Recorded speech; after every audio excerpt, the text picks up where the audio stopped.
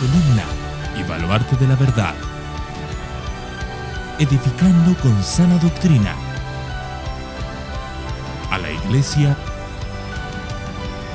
de Cristo.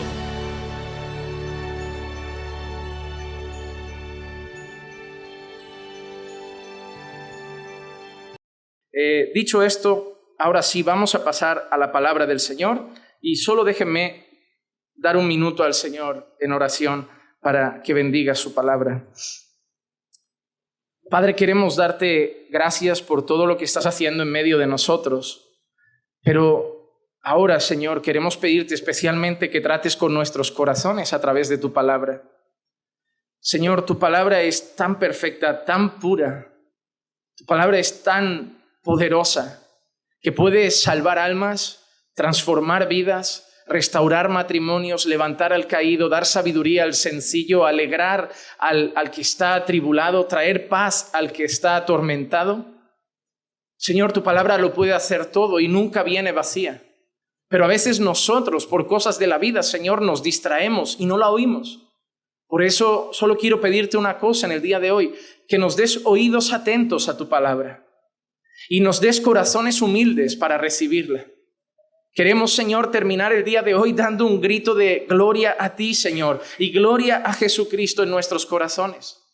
Queremos, Señor, que tu palabra hoy, Señor, cale hondo y hable a nuestras vidas. Y por eso necesitamos, Señor, que tu palabra sea predicada no solo por mí, sino por la autoridad de tu Santo Espíritu, que pueda usarme con poder para poder predicar fielmente. Así que, Señor, encomiendo mi vida en tus manos para que pueda ser un instrumento de bendición en tus manos y usarme para edificar a tu iglesia en el día de hoy. Y te pido todo esto en el nombre de Jesús. Amén, amén y amén. Hermanos, estamos al final de nuestra historia en el libro de Ruth. Y para los que quizás son más nuevos en la congregación o no han seguido toda la serie, me gustaría simplemente hacer 4 datos informativos de lo que hemos podido ver o de lo que ha pasado y a ver dónde estamos en el día de hoy. Recordemos que nosotros situamos el libro de Ruth en la época de los jueces, una época que la Biblia describe como el tiempo en el que la gente hacía lo que cada uno le parecía bien a sus propios ojos. Tiempos de desobediencia, tiempos de rebeldía, tiempos donde nadie obedecía la palabra del Señor, se levantaba un juez, ahí la gente se empezaba a poner más o menos en orden, el juez se moría, ahí la gente volvía a darle la espalda al Señor. Tiempos de mucha idolatría, tiempos de mucho pecado, tiempos de mucha inmoralidad, tiempo donde las personas, cada cual vivía según su propio conocimiento, pensamiento, sus propias ideas. Y todo eso trajo consecuencias, trajo un tiempo de mucha hambruna y necesidad. Tanto que llevó a una familia completa a tener que dejar su tierra para ir a la tierra de Moab, una tierra que no era muy bien vista en la Biblia. Así que tenemos a Noemí, a su esposo Elimelec y sus 2 hijos varones, que por la necesidad que había en Belén, no había comida, no había trabajo, no había ninguna esperanza material para ellos, corren a una tierra de Moab, tierra extranjera, donde también había idolatría, pero no sería muy diferente a lo que vivían en Belén, porque eran tiempos de desobediencia. Y ahí en Moab empiezan a torcerse las cosas, porque el marido de Noemí muere. Elimelec, el padre de familia, el cabeza de hogar, muere repentinamente y Noemí se queda viuda, pero al menos tiene a sus 2 hijos, que al ser varones son una fuente de trabajo, una fuente de ingreso, y al final para una madre quedará el consuelo de poder ser viuda, pero tener a sus hijos para darle amor y darle cariño. Sus hijos, desobedeciendo el mandato de Dios que prohíbe el yugo desigual, deciden tomar a 2 mujeres moabitas, extranjeras, adoradoras de dioses paganos, y casarse con ellas. Y justo después el relato bíblico nos dice que los hijos de Noemí mueren los 2 también. Ahora nos encontramos con Noemí, viuda, pero también Noemí sin hijos y con 2 nueras extranjeras que adoraban a otros dioses. Y entonces Noemí decide hablar con sus nueras para que hagan lo más sensato, marcharse, volver a sus padres. Noemí no tiene un hijo que le pueda dar a ellas para que se casen nuevamente.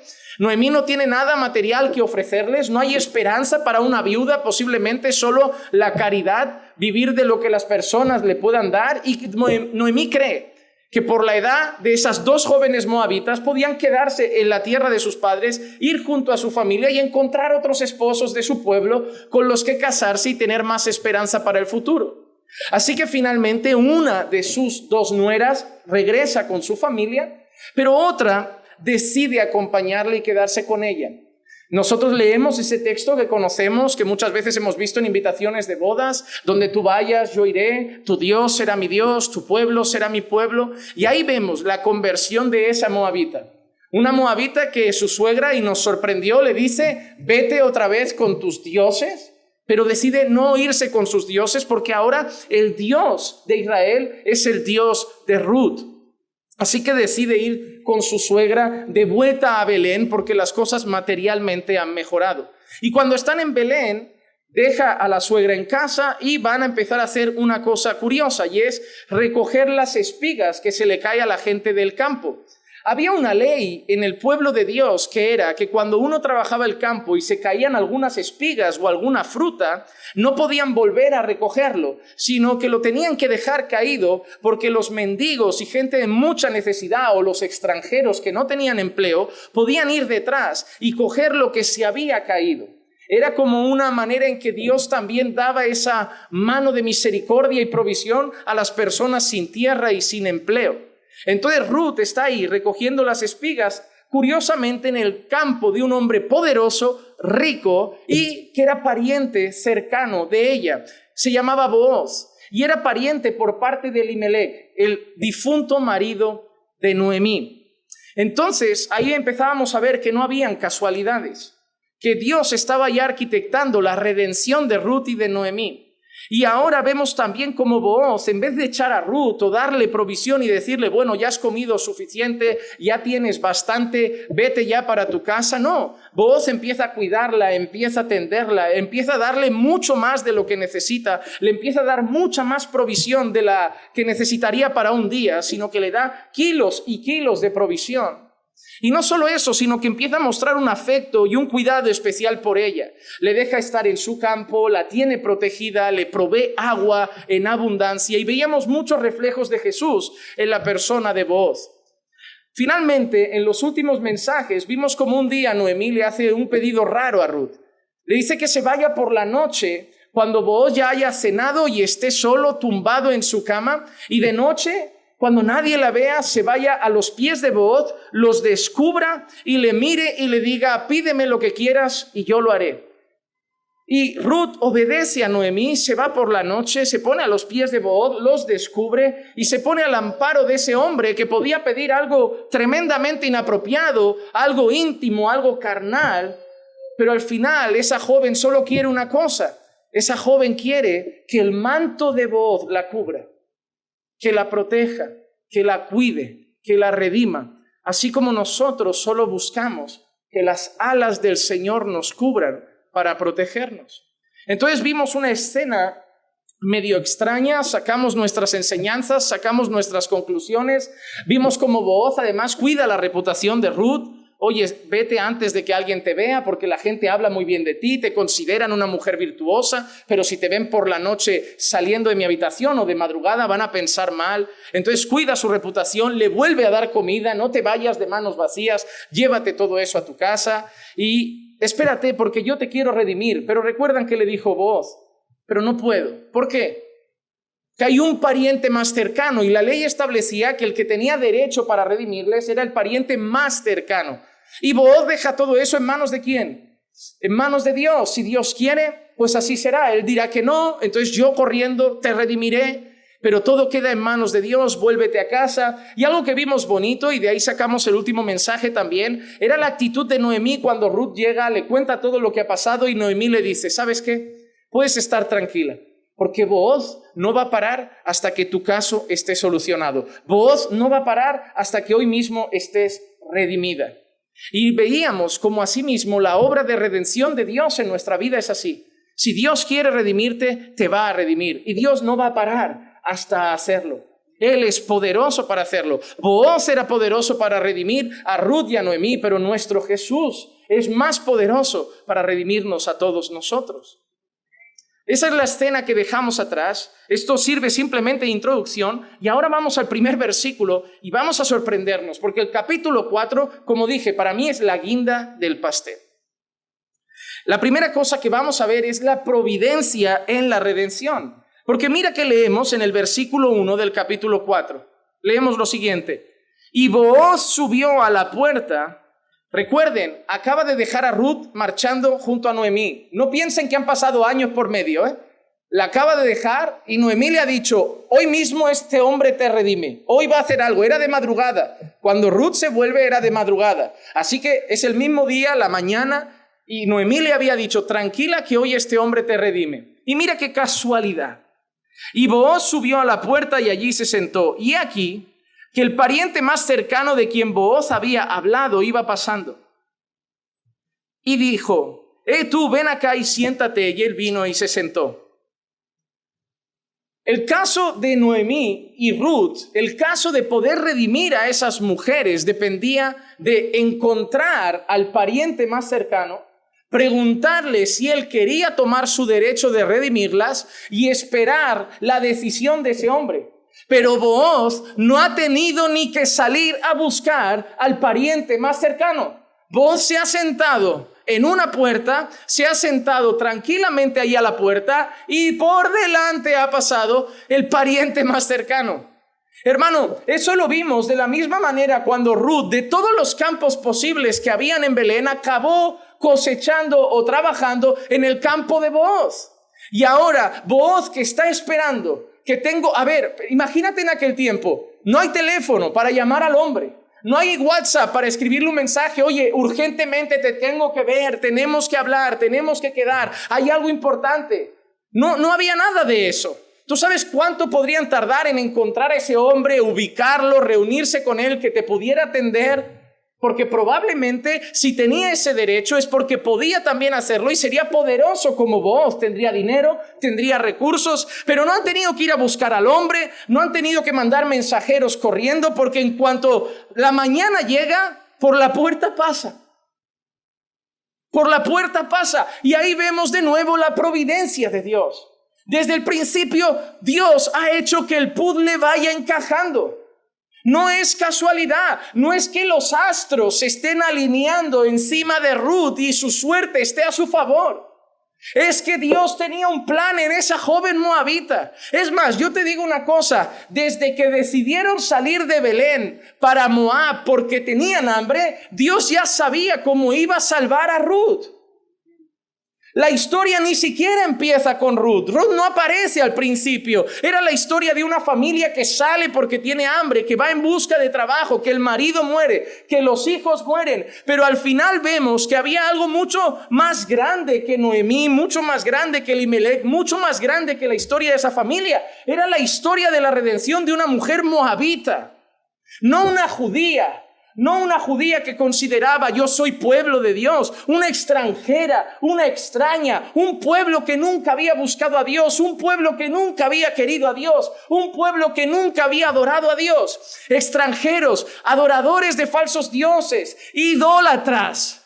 Pero Dios allí coma una familia en tiempo de hambruna y empieza a mover esa historia para llegar a esa extranjera y salvarla.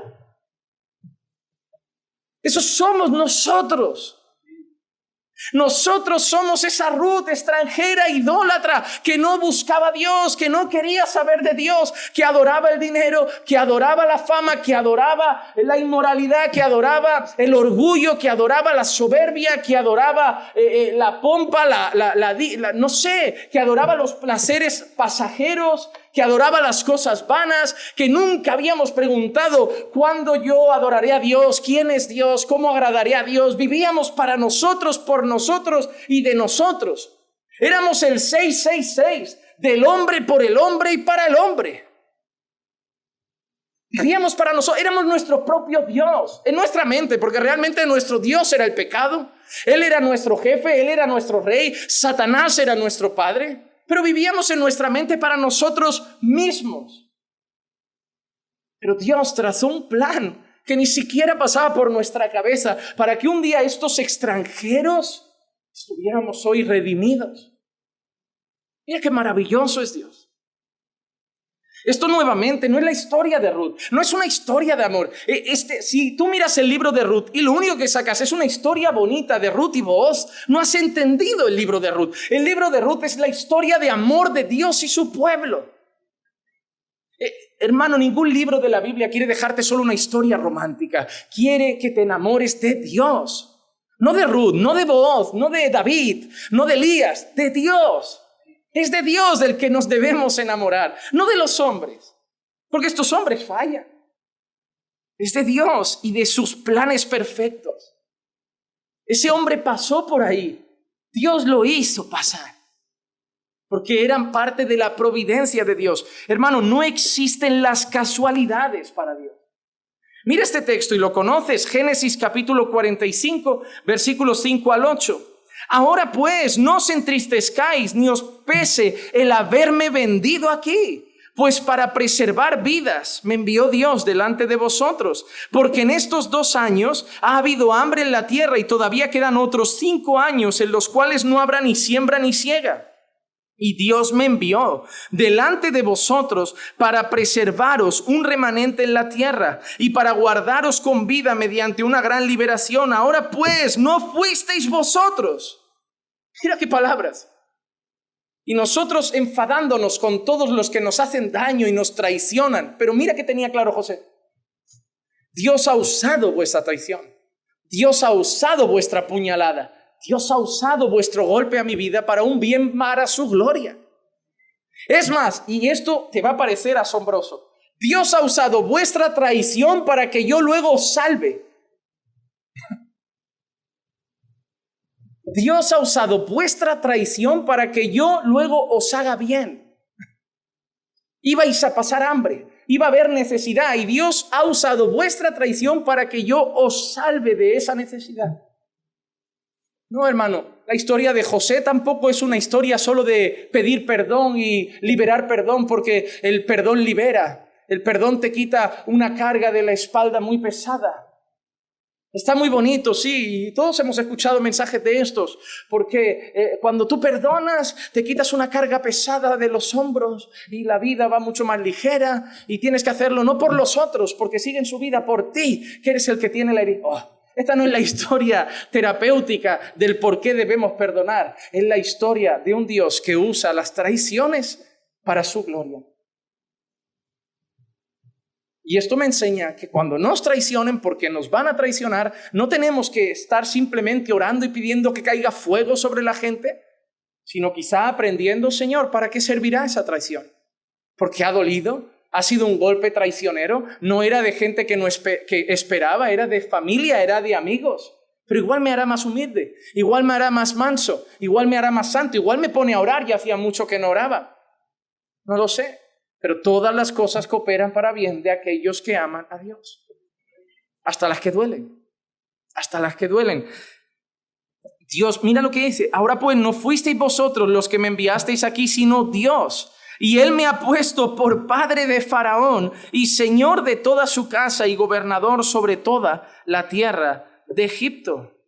Dios, mira las cosas. Dios me envió delante de vosotros. Dios me envió delante de vosotros luego otra vez. Luego, sino Dios que me envió aquí otra vez. Dios me puso, Dios me envió, lo ha repetido en 4 o 5 versículos, como 4 o 5 veces. Les está dejando claro a sus hermanos una cosa. Sí, me habéis vendido, luego llego a Potifar, ahí me traicionan, acabo en prisión, ahí otro también se olvida de mí y acabo donde acabo. Pero desde el principio ha sido Dios. No hay casualidades en la vida. Dios gobierna la historia. A Dios no se le ha ido el mundo de las manos, hermano. Cuanto menos nuestra vida. La guerra no significa que a Dios se le estén yendo las cosas de las manos. Hasta las guerras son anunciadas en la Biblia. Dios gobierna absolutamente todo. Mateo 10:29. No se venden 2 pajarillos por un cuarto, y sin embargo, ni uno de ellos caerá a tierra sin permitirlo vuestro Padre. Otra cosa es que en nuestra limitada capacidad humana no entendamos lo que Dios hace. Porque nuestro problema no es aceptar que Dios gobierna las cosas. Nuestro problema es cuando pasan cosas que a nuestro entender no tienen sentido. La muerte de un niño de 2 meses. Una mujer que luchó por quedarse embarazada y a los 5 meses aborta de manera natural. No que se lo quite, sino que Dios se lo lleva. Son esas cosas las que nos hacen saber que Dios está en el trono, pero nos duele porque no las entendemos.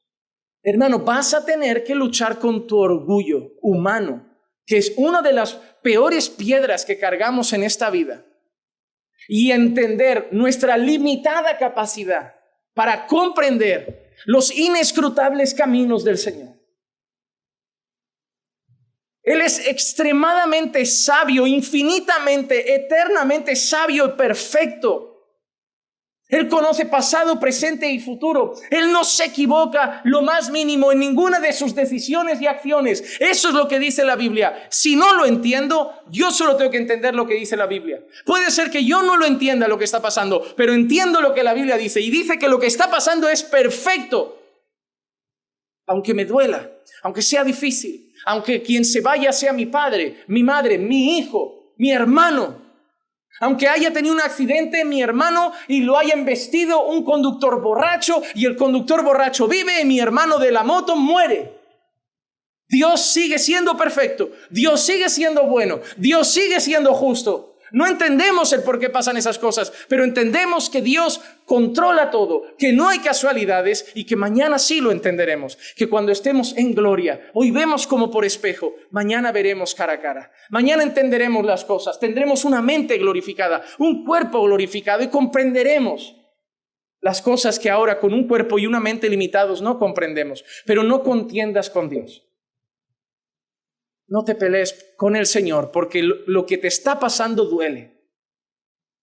Porque cuando le pasa a otros, sí entiendes bien que Dios es soberano y les dices, confía, Dios es bueno a pesar de todo. Si te das cuenta, solo viene el cuestionamiento cuando el dolor es nuestro. Porque no nos gusta sufrir. Porque en nuestra mente no merecemos sufrir. No merecemos sufrir. Porque yo puedo ser frío y crudo en la historia. Y cuando alguien está muriendo en un hospital y alguien me viene llorando, yo podría ser frío y crudo y decir, mira, ¿sabes qué nos enseña eso? Lo que pasó en Génesis 3. Porque si no hubiéramos pecado, eso no estaba pasando. Y a lo mejor eso solo nos está recordando, aunque sea doloroso, que el pecado tiene graves consecuencias. La enfermedad, la muerte, la injusticia, los conductores borrachos. Y duele porque nosotros perdemos al ser querido, pero nos recuerda que el pecado tiene un salario, que es la muerte. Pero tú no vas a decir eso, porque hay que consolar. Pero es la verdad. Y ahora te digo una cosa. Entonces, ¿cómo los consuelo? Tengo que dejar de ver la verdad un poco a un lado, porque en el fondo no queremos sufrir. Hermano, el sufrimiento es muy bueno. Sienta muy mal, pero es muy bueno. Porque todas las cosas que pasen en tu vida y te duelan probablemente harán de ti algo más parecido a Jesús. Estoy convencido que en el 99,9% de los casos de los que estamos aquí, lo que somos hoy no es por los verdes pastos, es por los valles de sombra de muerte, que nos han puesto la cara en el suelo, nos han puesto a orar como si no hubiera un mañana, han roto nuestro corazón en 1000 pedazos y nos han llevado a decir, Señor, no valgo y solo te tengo a ti. Nos han hecho más humildes, nos han hecho más santos, nos han hecho entender la gravedad de nuestros pecados. Así que, hermanos, sienta mal, pero va muy bien. Cuando sufras por algo, recuerda esa frase, sienta mal, pero va muy bien. Mañana lo comprenderemos. Mañana lo comprenderemos. Dios tenía un plan y Dios está cumpliendo un plan y vemos aquí su providencia. Ahora vamos al segundo punto y lo he querido titular la incapacidad del hombre en la redención. La incapacidad del hombre en la redención. Versículos 2 al 6. Mira ahora este texto interesante. Y Booz tomó 10 hombres de los ancianos de la ciudad y les dijo, sentaos aquí. Y ellos se sentaron. ¿Por qué creen que se los lleva? Antes de seguir leyendo. Así, aplica lógica rápida. ¿Por qué Booz se lleva a 10? ¿Le va a pegar? ¿Lo quiere intimidar? ¿Vengo con 10? ¿Por qué creen que se lleva a 10 ancianos? Testigos. Muy bien, testigos. ¿Va a empezar algo serio? ¿La vida de una mujer está en juego? ¿Redimir a alguien está en juego? Tiene que haber testigos. Entonces dijo al pariente más cercano, Noemí, que volvió de la tierra de Moab, tiene que vender la parte de la tierra que pertenecía a nuestro hermano Elimelec. Ahora tenemos otro dato que no teníamos al principio. El marido de Noemí tenía una tierra, pero la condición de pobreza es tanta que se ve en una situación de extrema necesidad y tiene que venderla. Mira que sigue contando.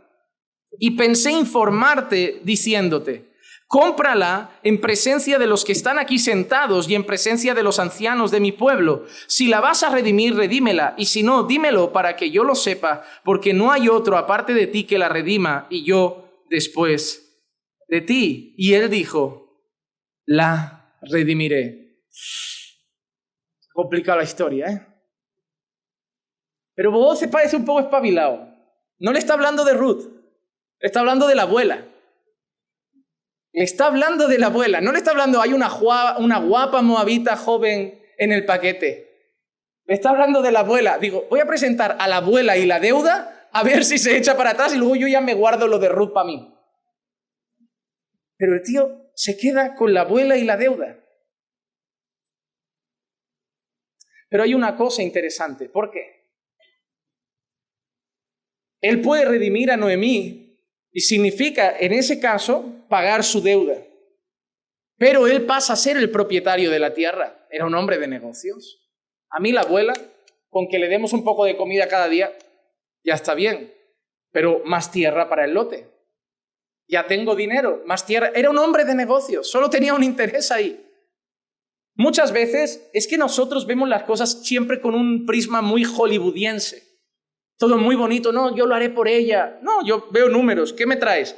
Una viuda con tierras. La viuda la ponemos en un cuarto hasta que muera, comida, no pasa nada. ¿Qué crees que no pensaban así? ¿Crees que no pensaban así? ¿Crees que lo que él está pensando, no, tengo que hacerlo por Noemí, por favor, por Noemí, no podemos dejar a esa mujer sola? No, estaba pensando, tierras, está bien, la cosa mejorará, las vendo al doble, yo pago 4 duros por ella y luego hago dinero. O las cultivo, o las trabajo. Un hombre de negocios. Y por eso él rápidamente dice, la redimiré. Pero ahí Booz entra con lo que viene en el lote. Entonces Booz dijo, el día que compres el campo de manos de Noemí, debes adquirir también a Ruth la moabita, viuda del difunto, a fin de conservar el nombre del difunto en su heredad. Y el pariente más cercano respondió, no puedo redimirla para mí mismo, no sea que perjudique mi heredad. ¿Has visto el interés de ese hombre? ¿El interés de ese hombre cuál era? ¿Noemí? ¿Ruth? ¿Cuál era el único interés de ese hombre? Sí mismo, su heredad. Si me traes a la viuda y tierras, está bien, un poco de comida y tierras. Pero si me traes a la joven y tengo la condición de tengo que dar herederos a la familia, tengo que hacer que tenga un hijo para preservar el apellido familiar y el nombre familiar. Entonces tengo una esposa que cuidar, hijos que cuidar, bocas que alimentar. Este lote ya no me interesa. Y él lo ha dicho claro, él no se ha andado por las ramas, no es como nosotros. Mira, intentando buscar palabras sutiles para que no parezcamos egoístas. A mí lo que me gusta de ese texto es la honestidad de este hombre. Nosotros hoy en día somos muy falsos. Hermano, ¿vas a ir al cumpleaños que hay en ese parque? No, hermano, no me va bien. No me cae bien el del cumple. Esa es la realidad, pero la maquillamos de otra manera. Hermano, vienes ahí a casa. Hermano, es que tengo la agenda. No, es que siempre que vamos ahí es chisme, hablar de otro. No me gusta estar contigo, no me edifica. Hermanos, la falta de honestidad, yo creo que es pecado porque nos lleva a mentir. Decimos una cosa con la boca, pero que no es real en nuestro corazón. Y volvemos a lo mismo. Pero pastor, es que si digo lo que pienso, luego, ¿no ves? Y ahí vivimos cultivando relaciones más falsas que un billete de 3 euros. Si es que es la verdad. Parece que nos llevamos todos muy bien, pero hay gente que no le gusta estar con otros. Y eso hay que tratarlo, porque no está bien, realmente no está bien tener esa relación. Entonces yo tengo que sanear esa relación, pero para sanearla tengo que decir que no me siento bien contigo. Algo ha pasado, te noto distante, te noto frío, es incómodo estar a tu lado. No veo que tengamos buena comunión. Igual ha pasado algo en el pasado que todavía no hemos perdonado, pero esto hay que sanearlo. Porque no puedo simplemente seguir pasando años en esta iglesia y relacionándome con otro grupo y no contigo. Tarde o temprano deberemos estar juntos porque la eternidad nos espera y no creo que haya grupitos en el cielo. Entonces hay que sanear, pero la falta de honestidad nos lleva a alargar eso. En el fondo todos sabemos quién se lleva bien con quién y fingimos que no lo sabemos. Es muy triste ver eso, ¿sabes? Saber, yo como pastor te puedo decir quién se lleva bien con quién. Y lo sé, porque siempre comen los mismos juntos. Siempre toman café los mismos juntos. Y una cosa es tener afinidad y otra cosa es que te digan otros, ven y no ir. Ahí hay un problema serio. Pero ¿saben qué? Yo también me voy a unir al grupo y vamos a seguir fingiendo que nos llevamos todos bien. Un día petará la olla. Eso reventará. Nos llevaremos las manos a la cabeza, fingiremos también que nos sorprende. Y de fingimiento en fingimiento la iglesia veremos qué pasa. O la otra opción es que cada vez que alguien tenga algo en su corazón, no ofrende, vaya, hable con su hermano y lo arregle. Una va a tener un momento tenso, pero probablemente a largo plazo tenga paz y armonía. La otra va a tener muchos momentos de armonía y a largo plazo va a reventar. Cada quien que tome sus decisiones. Pero recuerden una sola cosa cuando vayan a tomar la decisión. No tomen la que te parece bien. Toma la que le parece bien a Jesús. Dejemos el orgullo a un lado y hagamos lo que Dios querría que hiciéramos. Este hombre solo tiene un interés y es su propia heredad, su propia vida. Y mira lo que le dice ahora Booz. Yo creo que son las palabras más bonitas que Booz ha escuchado en mucho tiempo. Y el pariente más cercano respondió, no puedo redimirla para mí mismo, no sea que perjudique mi heredad. Redímela para ti. Usa tú mi derecho de redención, pues yo no puedo, que más bien no quiero, redimirla. La primera cosa que vemos aquí es un hombre que claramente tiene su tesoro en esta tierra. Mira lo que dice Mateo capítulo 6, versículos 19 y 20.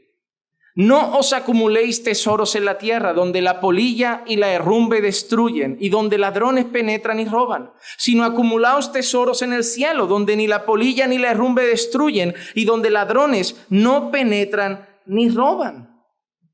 Este hombre me recuerda mucho al joven rico. ¿Conocen la ley? Sí. ¿La cumples? Seguro que sí, desde mi juventud. Pero ahora vende lo que tienes, dalo a los pobres y vente conmigo. No. El corazón de los hombres está puesto en sí mismo, en sus planes, en sus propósitos, en sus sueños, en sus metas. Por eso nos encantan esos versículos dichos desde el altar como cosas mayores que las que tú sueñas son las que Dios tiene para tu vida. Los decimos mal, pero en el fondo los usamos a propósito, sabiendo que alimentan el ego egoísta de las personas, que solamente quieren usar a Dios como un medio para alcanzar fines. Ve que Dios va contigo, ve a hacer el examen, que Dios va contigo, ve a hacer eso, que Dios va contigo, abre el negocio, que Dios va contigo. Yo creo que Dios tiene mucho más que hacer que simplemente allanarnos el camino hacia el dinero. Yo creo que Dios está más interesado en allanar nuestro camino hacia la humildad, hacia la mansedumbre, hacia la santidad, hacia la bondad, hacia el amor, hacia la misericordia. Hermano, Dios no existe para que tú cumplas tus metas a través de Él. El fin de Dios de salvarte no es que tus sueños se cumplan, que alcances tus objetivos en la vida, que le presentes tu plan de negocios y diga, vale, pues yo voy con todo y te lo proveo. No. Dios quiere que te niegues a ti mismo. Yo sé que este mensaje no es atractivo. Yo sé que este mensaje no es el que llena iglesias. Yo sé que este mensaje no es el que a lo mejor saca más gloria a Dios del corazón. Pero Dios quiere que te niegues a ti mismo. Que pierdas tu vida para ganar otra. Que mueras a tu ego, que mueras a tu orgullo, que mueras a tus propósitos, que te despojes del primer lugar de tu lista de prioridades, que abandones el trono de tu corazón, que seas capaz de desplazar incluso a tu padre, a tu madre, a tu esposa y a tus hijos para darle a Dios la prioridad en todo momento. Que vivas para Él, por Él, que te entregues a Él, que sueñes con Él, que leas de Él, que estudies de Él, que hables con Él, que camines con Él, que cada decisión que tomes solamente te preguntes ¿qué quiere Él? Eso es lo que Dios quiere. No quiere cumplir tus metas, quiere cumplir sus metas. Dios no cumplió las metas de José, cumplió las metas de Dios a través de José. Dios tenía una meta: proveer salvación, proveer redención, cuidar en tiempos de necesidad. Y usó a José. Sí, lo puso a la diestra de Faraón, pero lo usó para sus metas. Óyeme, a Juan Bautista no lo sacó del desierto a la cárcel, de la cárcel sin cabeza, y lo usó para sus metas. A unos los pondrá a la diestra de un rey y a otros los tendrá en el desierto. Pero al final lo que importa no es dónde te pone Dios, sino hacer la voluntad de Dios en tu vida. Y algunos serán pastores de 1000 personas, otros pastores en una cabañita en una sierra del Perú, pero harán la meta de Dios. Así que no busques ir a la iglesia en busca de tu milagro, de tu bendición, de la llave que cae del cielo donde vemos una casa o un coche nuevo. Busca la meta de Dios para tu vida, no tu meta en Dios. La meta de Dios en ti. Vive para su gloria. Porque los hombres vivimos para hacernos tesoros en esta tierra. Vivimos para comprarnos cosas. Mentalizados solo en las cosas materiales. Ahí está nuestro corazón. Hay gente que no derrama una lágrima por llevar una semana sin orar, pero se pone nervioso cuando lo van a echar del piso de alquiler. Hermano, hay gente que se pone más nervioso si pierde su cama que si pierde la oración.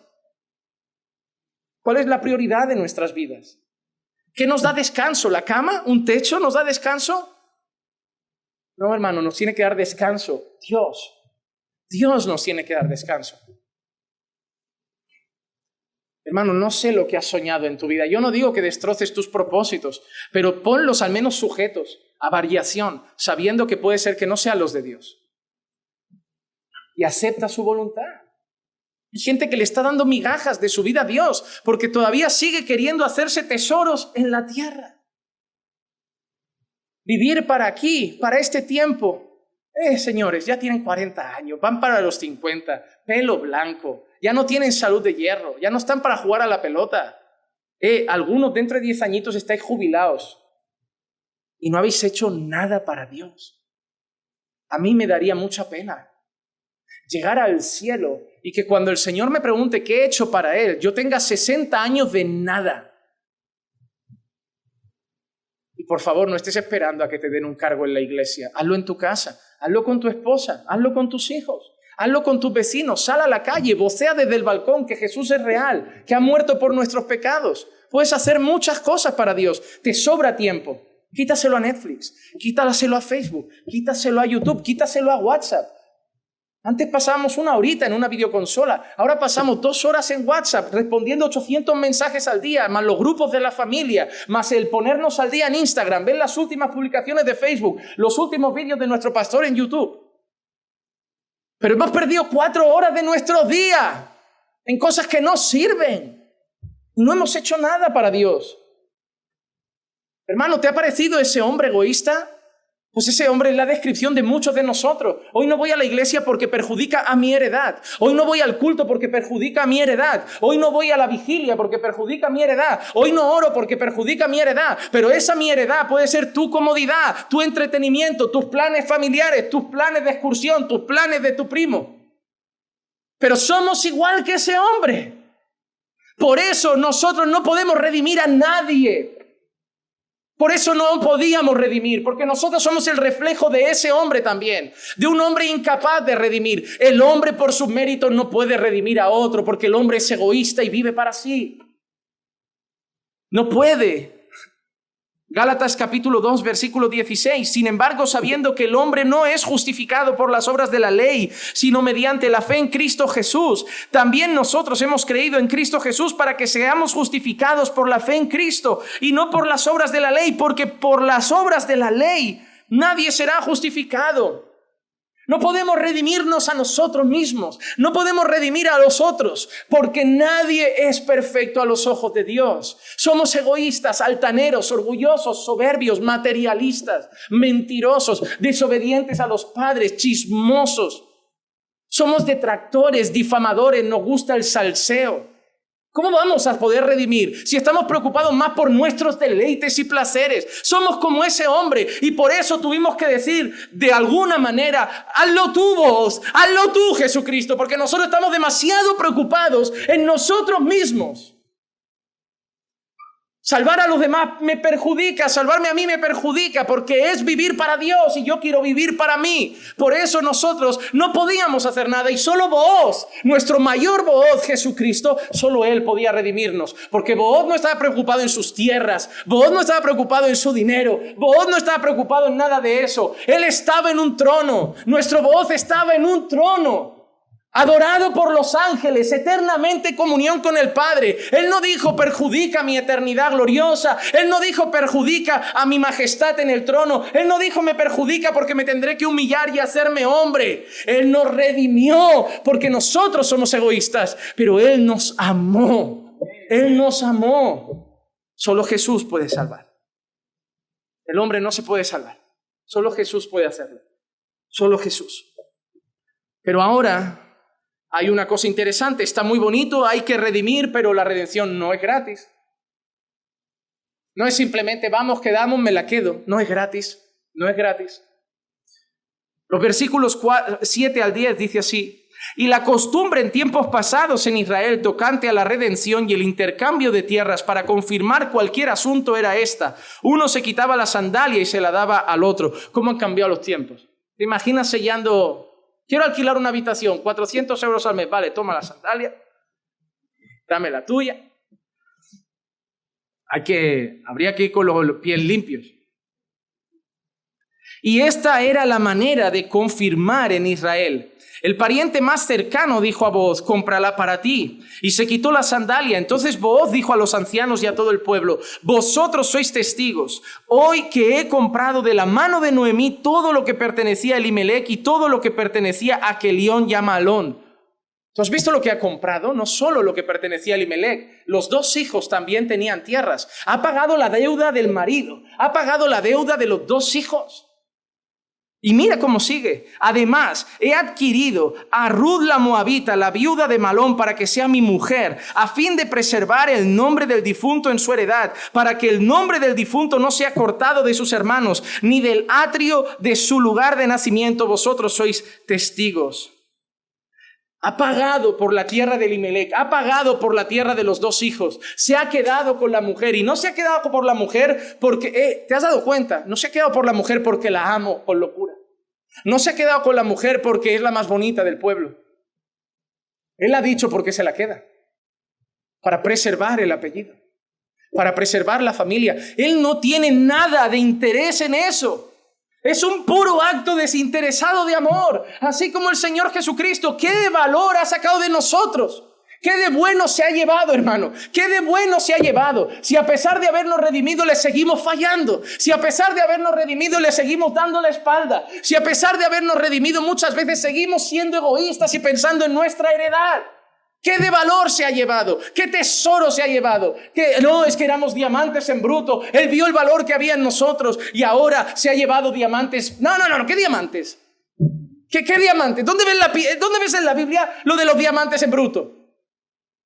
Deja de escuchar a motivacionales. Deja de escuchar a charlatanes que solamente te inflan el ego. No le hemos dado nada. Nada. Adoración ya tiene a los ángeles. Y no pecan. Perfecta adoración. Sí, ahora tiene un pueblo que lo adora, claro que sí, pero de manera imperfecta. Tiene un pueblo que lo obedece, pero de manera imperfecta.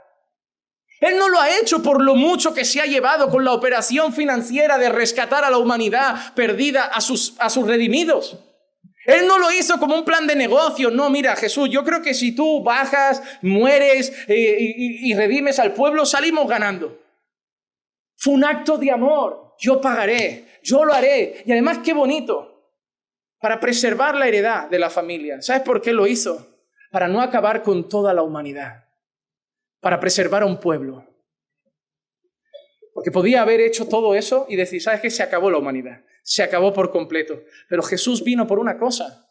Porque una gran parte de la humanidad va a ser condenada eternamente, pero una gran parte va a ser preservada por la redención de Cristo Jesús. La humanidad no se va a extinguir por completo. Va a haber una parte glorificada en el cielo por toda la eternidad, porque Jesús nos redimió para preservar nuestro apellido humano.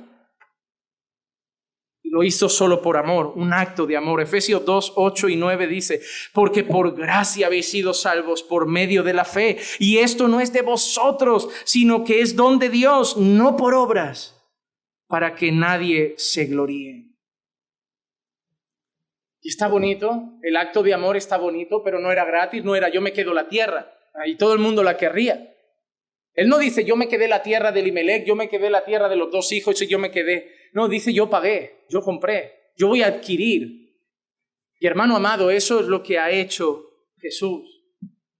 Jesús no ha venido y te ha cogido y te ha llevado de la mano, este para mí y punto. Él ha pagado un precio. Tú tenías un dueño. A lo mejor no lo entiendes, pero tú tenías un dueño. Tú eras un hijo del diablo como yo. El que practica el pecado, ¿de quién es? Ya está, no os enfadéis conmigo, es lo que dice la Biblia. Tú eras un hijo del diablo como yo, esclavo del pecado. No vivías para ti, vivías para tu carne, tus placeres y tus deleites, que te llevaban de cabeza al infierno. Jesús no vino solamente, te cogió de la mano y te llevó porque le pareciste gracioso. Él tuvo que pagar. Él tuvo que pagar. No solo la operación financiera no resultaba muy beneficiosa, sino que implicaba un alto costo. Y siendo el dueño del oro y la plata y pudiendo haber dicho, mira, cojo ahora sí los diamantes de los volcanes, el oro de las minas, las platas, lo que sea.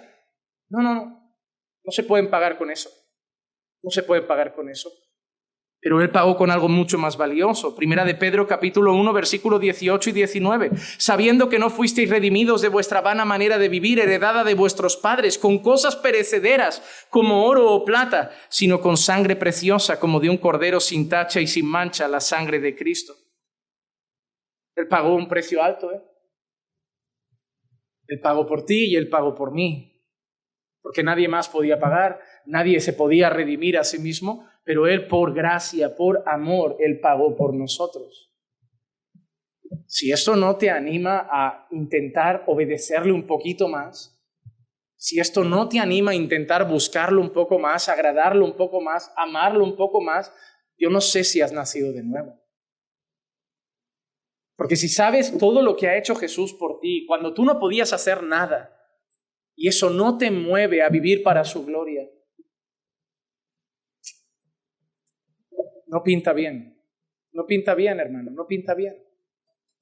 No pinta bien. Amas a Dios sobre todas las cosas. De verdad. No como hemos dicho antes, de boquita para afuera, de apariencia. Todos sabemos lo que hay que decir. Te pregunto si lo amas de verdad. De verdad. ¿Es tu primer pensamiento en la mañana y el último en la noche?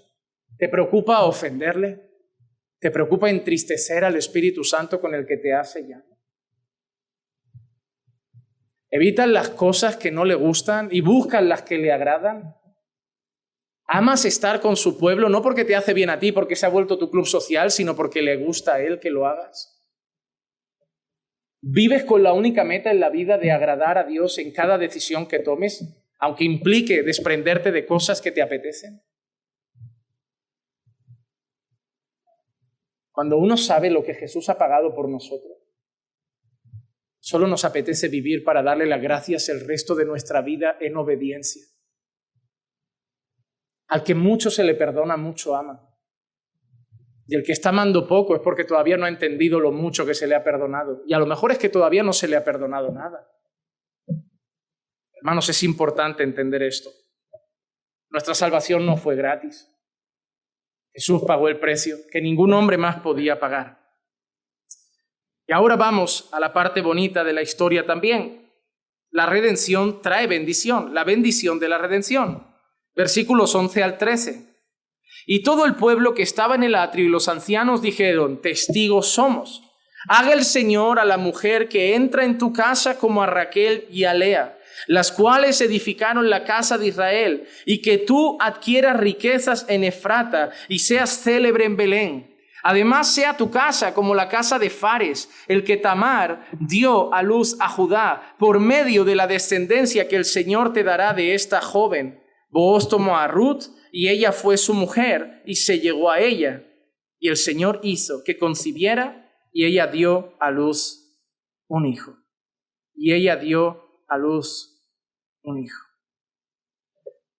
Hermano, mira las palabras que utilizan. Se van a buscar, eso es muy típico, usar patriarcas, mujeres de patriarcas de los judíos, de los israelitas, tomar sus historias, las cosas que Dios hizo a través de ellos, o cómo Dios los exaltó, o cómo Dios les dio hijos, o cómo Dios los usó en la historia, y de cierta manera declarar una bendición para la persona, desear el bien, así como esas mujeres prosperaron, que prosperes, así como le fue bien a él, que te vaya bien a ti, así como le dieron hijos, que te dé hijos. Es como desear un bien, es como desear un bien. Y finalmente el texto nos dice, y ahí entendemos que pasó más de un día, que el Señor les permite concebir y tener un hijo.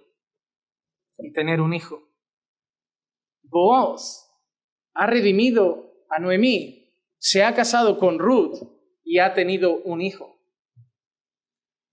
El padre entregó al hijo a morir en una cruz y ha tenido mucho más que un hijo. Ha tenido una gran multitud. Apocalipsis 7:9. Después de esto miré y vi una gran multitud que nadie podía contar, de todas las naciones, tribus, pueblos y lenguas, de pie delante del trono y delante del Cordero, vestidos con vestiduras blancas y con palmas en las manos. Booz redimió a una mujer, tuvieron un hijo, pero el Señor Jesús redimió a un pueblo, a un redil, nos redimió a todos nosotros. Booz solo podía hacer una pequeña cosita. Jesús hizo algo glorioso. Yo quiero apresurarme a mis dos últimos puntos. El primero, y estamos ya con el hijo de Booz y Ruth. El primero de los dos últimos puntos del mensaje de hoy es el nacimiento del Redentor. ¡Wow! ¿Y por qué digo Redentor? Porque quiero que leamos el texto. Ruth capítulo 4, versículos 14 y 15. Entonces las mujeres dijeron a Noemí: bendito sea el Señor, que no te ha dejado hoy sin Redentor. Que su nombre sea célebre en Israel. Sea él también para ti restaurador de tu vida y sustentador de tu vejez, porque tu nuera, que te ama y es de más valor para ti que 7 hijos, le ha dado a luz. Yo quiero que estés atento a una cosa, para entender estas palabras, que son mucho más grandes de lo que parecen. Acaba de nacer ¿quién? Un hijo. ¿De quién? De Booz y de Ruth. Pero ahora atento a las palabras que le dicen a Noemí. Bendito sea el Señor, que no te ha dejado hoy sin... ¿Quién es ese Redentor? No es Booz. No es Booz. Es el niño. No, ya, la escena ya no está Booz, es Noemí con el nieto. Es Noemí con el niño. Y le están diciendo: Dios te ha dado un Redentor. Booz es el Redentor. Booz es el Redentor. Booz nos redimió. ¿Por qué me dicen esto del niño? Y mira qué dice ahora. Que sea su nombre célebre en Israel. Solo hay un hombre que va a ser célebre en medio del pueblo de Dios. El nombre de Jesús. Están todos mirando a un bebé. Yo quiero que entiendan la escena. Están mirando a un bebé. Y sea él también para ti restaurador de tu vida. El nieto, posiblemente cuando el nieto crezca y pueda restaurar algo, la abuela ya no esté. Pero lo llaman restaurador de tu vida y sustentador de tu vejez. Porque tu nuera, que te ama y es de más valor para ti que 7 hijos, le ha dado a luz. Un bebé al que llaman redentor, un bebé al que llaman restaurador, un bebé al que llaman sustentador. ¿Quién redime? ¿Quién restaura? ¿Y quién sustenta? Lucas capítulo 2, versículos 10 y 11. Mas el ángel les dijo: no temáis, porque he aquí os traigo buenas nuevas de gran gozo, que serán para todo el pueblo, porque os ha nacido hoy en la ciudad de David un Salvador, un Redentor, un Restaurador, un Sustentador, que es Cristo el Señor. Sin darse cuenta, estaban hablando de un bebé, de cosas que el bebé no iba a hacer. Sin darse cuenta, le estaban otorgando cosas al bebé que no iba a poder hacer. Sin darse cuenta, estaban anunciando un bebé mucho mayor que ese, un bebé mucho más grande, un bebé mucho más glorioso. Vamos a ver el nombre de este bebé. Versículo 16 al 22 y terminamos. Entonces Noemí tomó al niño, lo puso en su regazo y fue su nodriza. Y las mujeres vecinas le dieron un nombre diciendo: le ha nacido un hijo a Noemí. Y lo llamaron Obed. Él es el padre de Isaí, el padre de David. Estas son las generaciones de Fares. Fares engendró a Hezrón, Hezrón engendró a Ram, Ram engendró a Aminadab, Aminadab engendró a Naasón, Naasón engendró a Salmón, Salmón engendró a Booz, Booz engendró a Obed, Obed engendró a Isaí, e Isaí engendró a David. ¿Cómo se llama el niño? ¿Y por qué Obed es el redentor? ¿Obed es el sustentador? ¿Obed es el restaurador? Pero mira dónde aparece curiosamente Obed, y yo creo que nuestra historia empezó con muerte y acabará de una manera ya sublime para irnos. Creo que la mejor manera de terminar el libro de Ruth es leyendo otra genealogía. Mateo capítulo 1, versículo 1 al 16, es larga, pero quiero que la leamos y me vais a entender. Libro de la genealogía de Jesucristo, hijo de David, hijo de Abraham. Abraham engendró a Isaac, Isaac a Jacob, Jacob a Judá y a sus hermanos. Judá engendró de Tamar a Fares y a Zara. Fares engendró a Errom y Errom a Aram. Aram engendró a Aminadab, Aminadab a Naasón, Naasón a Salmón, Salmón engendró a Rahab, de Rahab a Booz. ¿De quién era Booz? ¿De quién era Booz, hijo? De Rahab la ramera. El redentor de una extranjera es el hijo de otra extranjera. ¿No es grande el Señor? ¿No es grande el Señor?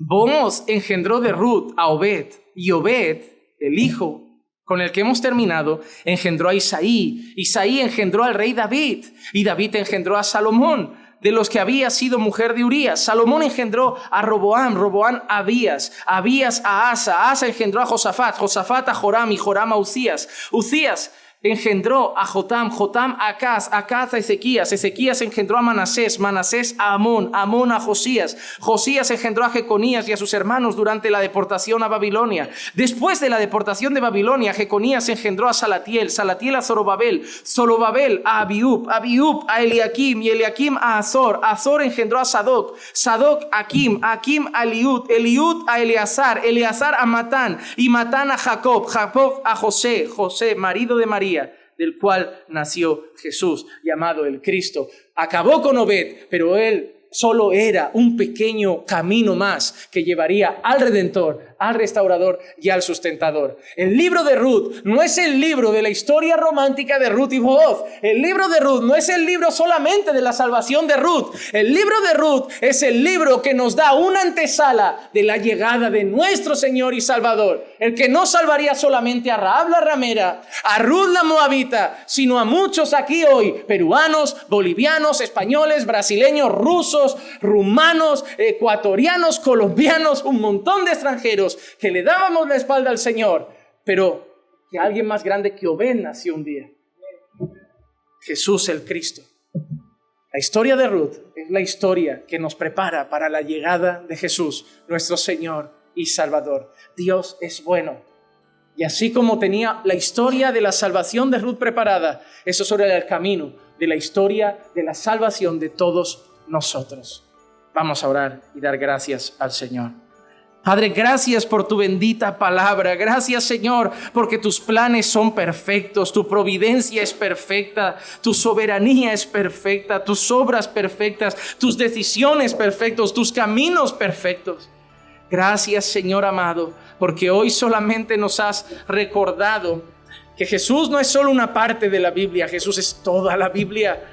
Porque todo apuntaba a Él, nuestro Señor y Salvador, el Redentor, sustentador y restaurador.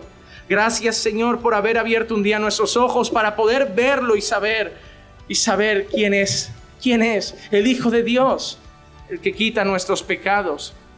Gracias, Señor, porque vivíamos de espaldas a ti como extranjeros idólatras, abominables de la santidad y amantes de los placeres, pero tú tuviste misericordia de nosotros. Gracias, Padre amado, por esa bendita salvación.